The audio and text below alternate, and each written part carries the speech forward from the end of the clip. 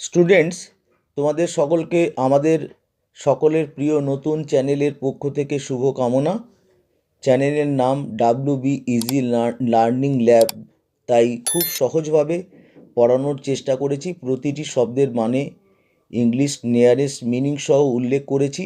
আমি তোমাদের ভিডিওটি পুরো দেখতে বলবো। সাবস্ক্রাইব করবে কি না তা তোমাদের উপর নির্ভর করবে। এখন আমি যে পাঠ্য বিষয়টি পড়াবো সেটি ক্লাস 10-এর lesson 3, the passing away of বাপুর, ইউনিট 3। আমি প্রথমে বেশিরভাগ ওয়ার্ডের মানেগুলো বলে দেব এই ইউনিট 3-র। তোমরা সেগুলি খাতায় নোট করে নিতে পারো। সাম ডেজ মানে কিছুদিন, আফটার মানে পরে, ফিউনারাল ফিউনারাল মানে হচ্ছে অন্ত্যেষ্টিক্রিয়া, স্পেশাল মানে হচ্ছে বিশেষ, এক্সট্রা অর্ডিনারি, অ্যাসেস মানে চিতাভস্ম, কম্পার্টমেন্ট মানে রেলের কামরা, বগি, ডেকড কথাটির অর্থ হচ্ছে সাজানো, ডেকোরেটেড, পিউপিল মানে হচ্ছে লোক, স্যাং মানে গান করেছিল, ভজনস মানে ভজন গান, উইপ মানে হচ্ছে ফুঁপিয়ে কেঁদেছিল অর্থাৎ ক্রাই, এনিমোর মানে আরও, ফিল মানে হচ্ছে অনুভব করা, প্রেজেন্স মানে উপস্থিতি বা অ্যাটেন্ডেন্স, ATTENDANCE, অ্যামিড মানে হচ্ছে মধ্যে, অ্যামাং, এভরি মানে হচ্ছে প্রত্যেক, স্টেশন মানে হচ্ছে ট্রেনের স্টেশন বা রেলের স্টেশন, সরফুল মানে দুঃখিত, শোকার্ত বা বেদনার্ত, English nearest meaning sad, crowds মানে হচ্ছে জনতা, ফিল্ড মানে হচ্ছে পরিপূর্ণ করেছিল, অ্যামিড কথাটির অর্থ মধ্যে, English nearest meaning among, prayer মানে হচ্ছে প্রার্থনা, রিচড মানে পৌঁছেছিল অর্থাৎ অ্যারাইভড, ইমার্সড মানে বিসর্জন দিয়েছিল অর্থাৎ ইংলিশে ডিপড, হোয়ার মানে যেখানে, হিউজ মানে হচ্ছে প্রকাণ্ড বা বিশাল, ক্রাউড মানে জনতা, গ্যাদার্ড মানে জড়ো হয়েছিল, অ্যাসেম্বলড হচ্ছে ইংলিশ নিয়ারেস্ট মিনিং, ব্যাংক মানে হচ্ছে তীর, এখানে নদীর তীরের কথা বুঝিয়েছে, আফটারওয়ার্ডস মানে হচ্ছে তারপর, English nearest meaning later, went back মানে হচ্ছে ফিরে যাওয়া, ফেল্ট মানে অনুভব করেছিল, অ্যাট সি মানে হচ্ছে অ্যাকচুয়ালি সমুদ্রের মধ্যে, এখানে অসহায়, ইংলিশে হেল্পলেস, ডিরেক্টলি মানে হচ্ছে প্রত্যক্ষভাবে, এলাহাবাদ এটা উত্তরপ্রদেশের একটি জায়গার নাম, ওয়াকড মানে হেঁটেছিলাম, প্রিজন মানে জেলখানা, ইংলিশে জেল বলে, কল মানে আহ্বান করা বা ডাকা, এনি মানে কোনো, স্যাক্রিফাইস মানে হচ্ছে আত্মত্যাগ, English nearest meaning immolation, IMMOLATION, young মানে হচ্ছে কম বয়সী, লাইক মানে হচ্ছে মতো, মি মানে আমাকে, মেয়ারলি মানে হচ্ছে শুধুমাত্র বা অনলি, অনলুকার্স মানে হচ্ছে দর্শকরা, ইংলিশে বলে স্পেকটেটার্স, SPECTATORS, স্টিল মানে হচ্ছে এখনও পর্যন্ত, গ্রোন আপ মানে হচ্ছে বেড়ে ওঠা, বড় হয়ে ওঠা, উইদিন মানে হচ্ছে মধ্যে, ম্যাজিক মানে হচ্ছে জাদু, সার্কেল মানে পরিবেষ্টনী, সার্কেল সারাউন্ডিংস বলে ইংলিশে, পাসিং অ্যাওয়ে মানে মারা যাওয়া, ভ্যানিশড মানে অদৃশ্য হয়ে গিয়েছিল, ইংলিশে ডিসঅ্যাপিয়ার্ড, লিভিং মানে ফেলে রাখা, আনপ্রোটেক্টেড মানে অসুরক্ষিত,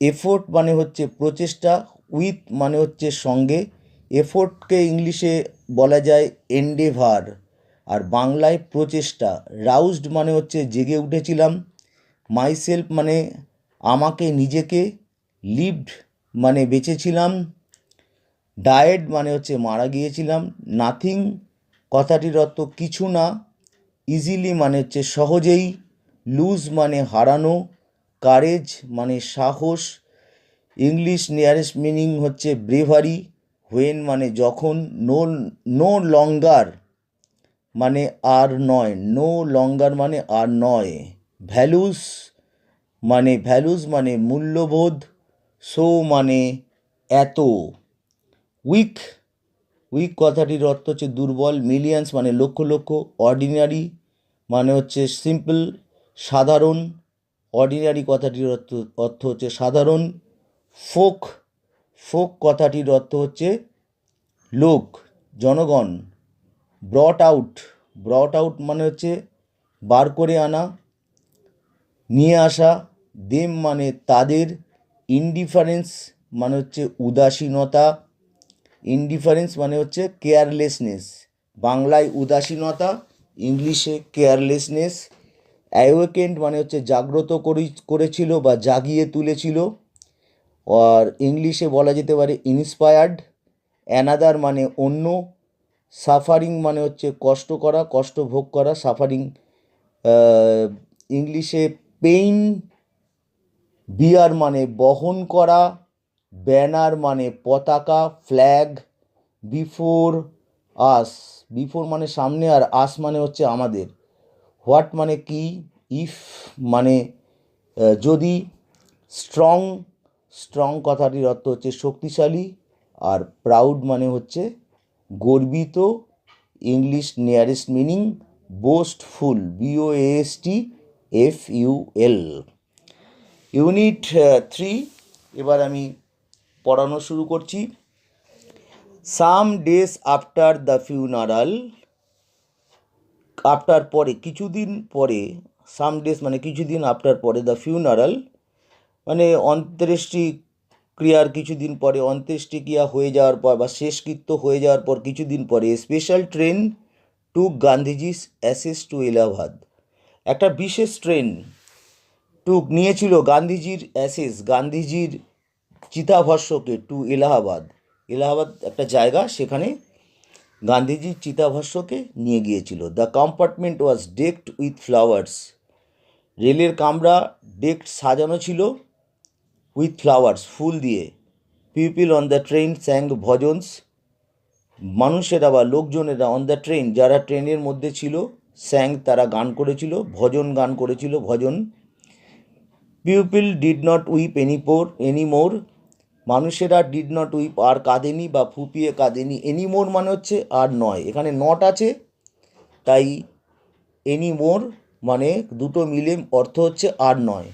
ফর কারণ, এখানে ফর মানে জন্য, কিন্তু এখানে কারণ, দে কুড ফিল, ফর মানে অ্যাকচুয়ালি জন্য, কিন্তু এখানে কারণ বোঝাচ্ছে, they could feel Gandhiji's presence, they মানে তারা, মানে মানুষেরা, কুড ফিল অনুভব করতে পারছিল গান্ধীজির উপস্থিতি, অ্যামিড দ্য ফ্লাওয়ার্স, অ্যামিড মানে মধ্যে, দ্য ফ্লাওয়ার্স ফুলেদের মধ্যে, অ্যান্ড দ্য সংস গানগুলোর মধ্যে। তাহলে মানুষেরা কাঁদেনি, এনিমোর নট এনিমোর আর কাঁদেনি, ফর কারণ, দে কুড ফিল তারা অনুভব করতে পারছিল, ফিল মানে অনুভব করা, গান্ধীজিস প্রেজেন্স গান্ধীজির উপস্থিতি, amid the flowers and songs ফুল এবং গানের মধ্যে গান্ধীজির উপস্থিতি অনুভব করতে পেরেছিল মানুষেরা, তাই তারা কাঁদেনি আর। অ্যাট এভরি প্রত্যেকটি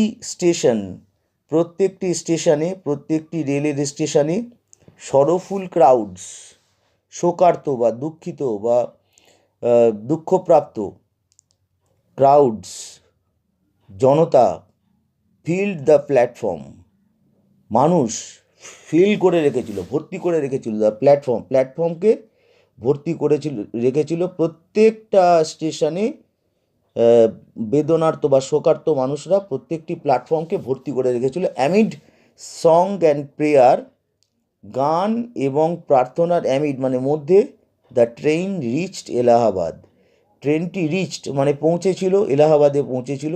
দ্য অ্যাসেস ওয়ার ইমার্সড, চিতাভস্মকে বিসর্জন দেওয়া হয়েছিল, ইমার্স কথাটির অর্থ বিসর্জন দেওয়া, ইন দ্য গ্যাঞ্জেস গঙ্গা নদীতে, হোয়ার যেখানে, a huge crowd had gathered একটা মানে বিশাল জনতা, গ্যাদার্ড জড়ো হয়েছিল মানে হচ্ছে, হ্যাড গ্যাদার্ড মানে জড়ো হয়েছিল, অ্যাট দ্য ব্যাঙ্ক তীরে, গঙ্গার তীরে, গঙ্গা নদীর তীরে অনেক লোক জড়ো হয়েছিল, কারণ গান্ধীজির যে চিতাভস্ম বিসর্জন দেওয়া হবে তা দেখতে। আফটারওয়ার্ডস, তারপর মানে ল্যাটার, তারপর we all went back to Delhi. আমরা সবাই ওয়েন্ট ব্যাক মানে হচ্ছে ফিরে গেলাম, টু দিল্লি, দিল্লিতে ফিরে গেলাম।